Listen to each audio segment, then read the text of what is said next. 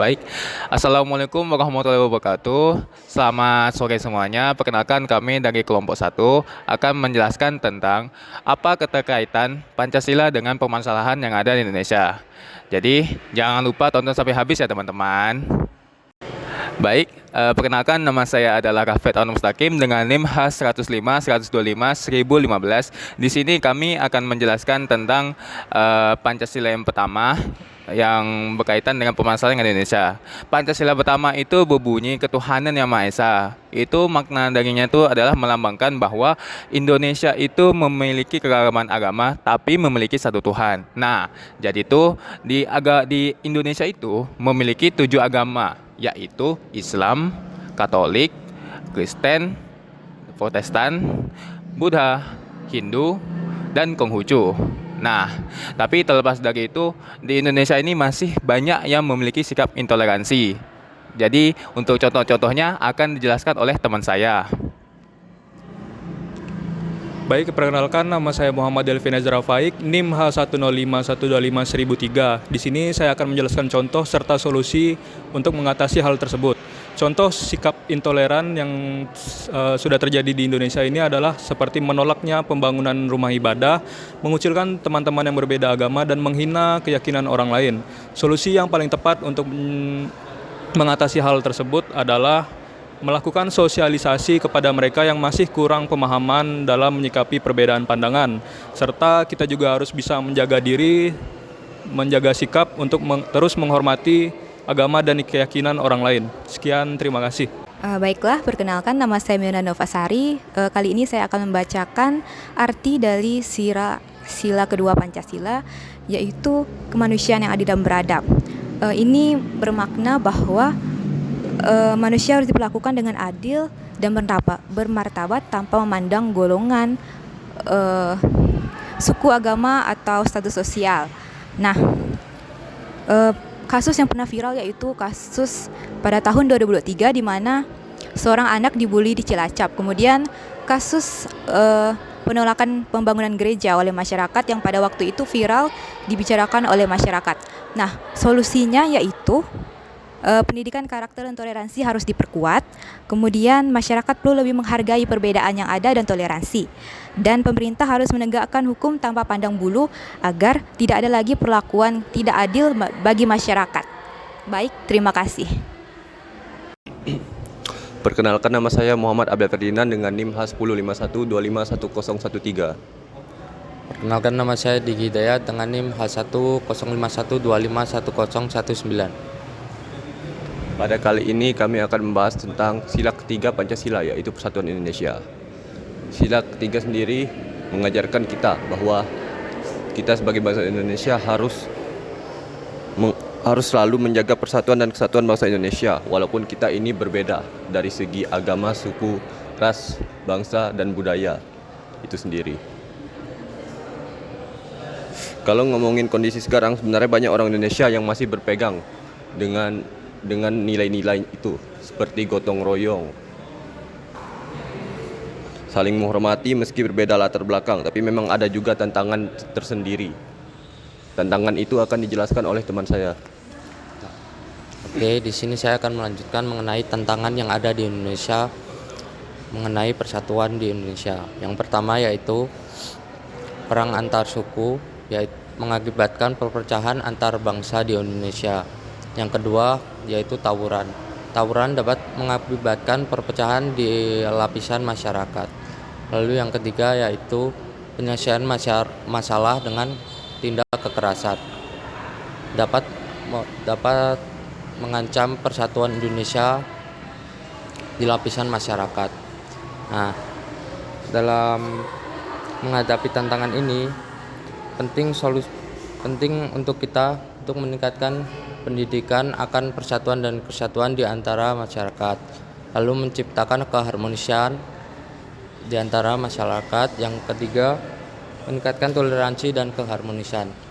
Dengan demikian, diharapkan dapat menciptakan masyarakat yang lebih harmonis, damai, dan menjaga persatuan Indonesia sesuai dengan sila-sila ketiga Pancasila. Sekian presentasi dari kami akhiri. Perkenalkan, nama saya Gusti Ahmad Al-Ghazali dengan NIM H105-125-1001. Perkenalkan, nama saya Karina dengan NIM H1051251017. Di sini saya akan menjelaskan makna dari sila keempat. Yang pertama, setiap keputusan haruslah dilakukan secara musyawarah untuk menghasilkan mufakat. Yang kedua, kita lebih mengutamakan kepentingan bersama dibandingkan kepentingan pribadi. Yang ketiga, rakyat mempunyai hak untuk menyampaikan pendapatnya melalui perwakilan. Keempat, pemimpin wajib memiliki sifat bijaksana, adil, dan mendengarkan suara rakyat. Nah, bagian saya ini yaitu akan menjelaskan tentang penerapan sila keempat yang saat ini sedang terjadi. Saat ini yang sedang terjadi, sila keempat sayangnya belum terlalu dilaksanakan, terutama di negara kita, yaitu negara Indonesia. Contohnya kayak kemarin pada akhir Agustus tanggal 20 sampai 30-an banyak terjadi gejolak demonstrasi di mana-mana, di mana banyak sekali bahasanya itu keasbunannya pemerintah dan lalainya pemerintah untuk memperhatikan bagaimana kondisi masyarakat yang ada saat ini. Contoh kemarin yaitu kenaikan gaji DPR yang tidak melihat bagaimana kondisi rakyat yang ada, dan bahkan gaji DPR itu melebihi dari gaji-gaji para guru ataupun gaji buruh. Dan banyak lagi kemarin itu keasbunan pejabat yang menanggapi demo kemarin itu, entah itu salahkan pihak asing tanpa melihat, padahal juga ada terdapat dari kesalahan internal mereka sendiri. Dan dari demo hasil kemarin itu banyak juga provokasi di mana-mana, yang di mana di situ kita berusaha dipecah belah satu sama lain, dan juga kita sebagai masyarakat juga saling menguatkan satu sama lainnya. Dan dari hasil demo kemarin itu sampai terjadi ada 17+8 tuntutan rakyat yang sebenarnya harus dipenuhi oleh DPR dan pejabat publik lainnya. Dan pesan untuk pejabat publik yaitu tolong transparansinya untuk kegiatan kalian, karena kalian itu adalah perwakilan dari rakyat, bukan kalian mewakili diri kalian sendiri ataupun keluarga kalian. Ya. Sekian itu dari sila keempat. Baik, selamat sore semuanya. Di sini kami akan membahas tentang bagaimana keterkaitan 5 kesila dengan kehidupan warga negara Indonesia pada saat ini. Perkenalkan, nama saya Rindi Babaro dengan NIM H105-1251005 dan teman saya. Perkenalkan, nama saya Aurelia dengan NIM H1051251011. Oke, di sini saya akan menjelaskan arti atau pengertian dari sila kelima, yaitu keadilan sosial bagi seluruh rakyat Indonesia.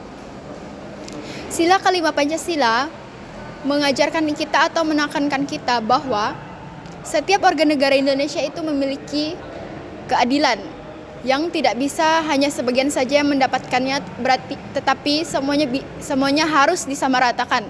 Tidak hanya sebagian saja, tetapi semuanya harus disamaratakan.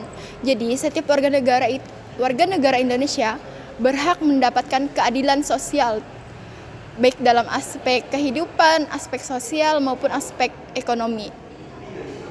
Nah, dari sila kelima Pancasila, yaitu keadilan sosial bagi seluruh rakyat Indonesia, saya menyimpulkan atau mengambil beberapa arti atau bisa disebut dengan poin-poin penting. Yang pertama itu keadilan untuk semua. Nah, keadilan untuk semua diartikan tidak ada yang diistimewakan, semuanya diperlakukan secara rata, yang berarti tidak ada yang membeda-bedakan baik antara suku, ras, budaya, dan lain-lainnya. Jadi semuanya itu dianggap sama dan disetarakan. Yang kedua, pemerataan kesejahteraan. Setiap warga negara berhak hidup, berhak mendapatkan pendidikan, berhak mendapatkan pekerjaan dan kesehatan yang layak. Dan yang ketiga, menjunjung hak dan kewajiban. Setiap orang yang mendapatkan haknya harus dan diwajibkan untuk melaksanakan kewajibannya sebagai warga negara. Yang keempat, kepentingan bersama, mengutamakan kepentingan umum daripada kepentingan pribadi atau kelompok. Yang berarti kita harus memperdulikan orang lain, mendahulukan orang lain, dan tidak menganggap diri kita itu lebih penting, tidak egois. Yang kelima, kehidupan yang seimbang. Hak dan kewajiban dijalankan dengan adil, kehidupan jasmani dan rohani yang seimbang. Kesimpulan yang bisa saya ambil, sila kelima mengingatkan kita untuk hidup adil, tidak egois, dan tidak mementingkan diri sendiri. Berbagi agar kesejahteraan dapat dirasakan oleh seluruh rakyat Indonesia. Berarti tidak hanya separuh saja yang mendapatkan keadilan atau haknya, tetapi semuanya harus mendapatkan keadilan sosial bagi seluruh rakyat Indonesia. Oke, selanjutnya akan dilanjutkan oleh teman saya. Baik, di sini saya akan menjelaskan bagaimana sih peran sila kelima ini dalam kehidupan negara Indonesia. Nah, sila kelima ini berbunyi keadilan sosial bagi seluruh rakyat Indonesia. Namun nyatanya sila ini sangat bertolak belakang dengan kondisi Indonesia sekarang ini. Kenapa? Karena banyak ketidakadilan yang terjadi di Indonesia. Contohnya ketidakadilan dalam bidang hukum, ekonomi, serta pendidikan. Kenapa dalam bidang hukum? Karena ada di mana ada sebuah kasus seorang masyarakat yang mencuri untuk kebutuhan hidup mereka dihukum lebih berat daripada seseorang yang korupsi merugikan negara dengan sangat banyak kerugian. Nah, bahkan orang yang korupsi ini dihukum ringan atau dibebaskan tanpa ada alasan yang jelas. Ketidakadilan yang kedua adalah ketidakadilan dalam bidang ekonomi, di mana banyak sekali masyarakat Indonesia yang sulit untuk memenuhi kebutuhan sehari-hari. Sedangkan banyak orang yang bergelimang harta dan berfoya-foya karena sudah mendapatkan sumber daya dan memenuhi pekerjaan. Yang ketiga adalah ketidakadilan dalam bidang pendidikan. Ini sangat terlihat jelas di mana anak-anak yang berada di pelosok kota itu sulit sekali mendapatkan pendidikan dan fasilitas yang memadai. Sedangkan anak-anak yang hidup di kota sangat mudah untuk mendapatkan pendidikan dan fasilitas. Dari sini kita dapat melihat kesenjangan-kesenjangan sosial atau ketidakadilan yang terjadi di Indonesia itu sangat besar. Namun dapat kita simpulkan bahwa sila kelima ini belum mendasari kehidupan orang Indonesia saat ini. Sekian dari saya dan teman saya. Terima kasih. Baik, sekian dari penjelasan dari teman-teman kami. Apabila kami ada salah kata, mohon maaf.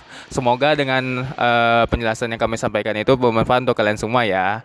Sekian dari kami, terima kasih. Wassalamualaikum warahmatullahi wabarakatuh. Selamat sore semuanya.